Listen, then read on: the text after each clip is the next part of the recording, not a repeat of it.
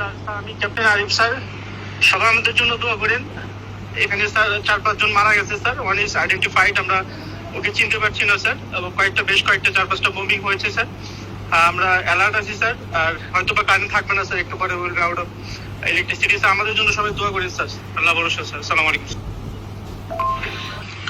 আমাদের অবস্থা খুবই খারাপ, এখানে ড্রোন অ্যাটাক হয়েছে, আমাদের 6 জন জায়গায় মারা গেছে।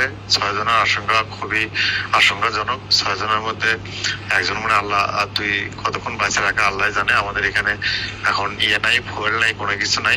ফুয়েল স্টেশন উড়িয়ে দিছে, জেনারেটর বন্ধ, প্রায় নেটও বন্ধ হয়ে যাবে।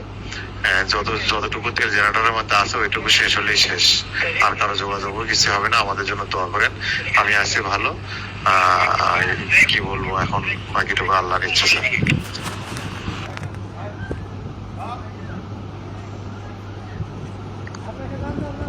অবস্থা খুব খারাপ। আমি এই ক্যাম্পে আছি, 5 জন অলরেডি মারা গিয়েছে।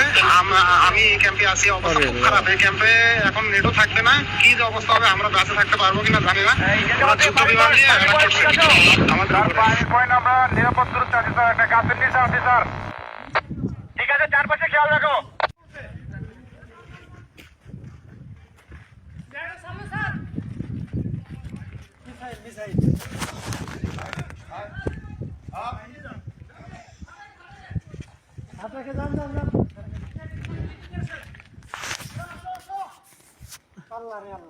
আরে আল্লাহ, এই যেতে পানির পয়েন্ট ঠিক আছে স্যার। পানির পয়েন্ট আমরা নিরাপদ দূরত্বে আছি স্যার, একটা গাছের নিচে আছি স্যার। ঠিক আছে, চারপাশে খেয়াল রাখো।